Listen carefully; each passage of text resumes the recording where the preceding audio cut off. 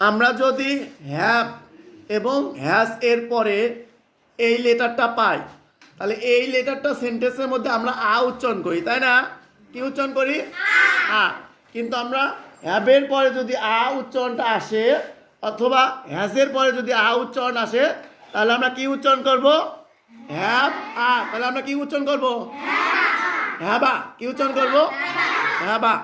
আর হ্যাজের পরে যদি লেটার আসে, কি উচ্চারণ করব? হ্যাজা। কি উচ্চারণ করব? হ্যাজা। আমরা যদি বলি আমার একটি কলম আছে, কি বলবো? I have a pen.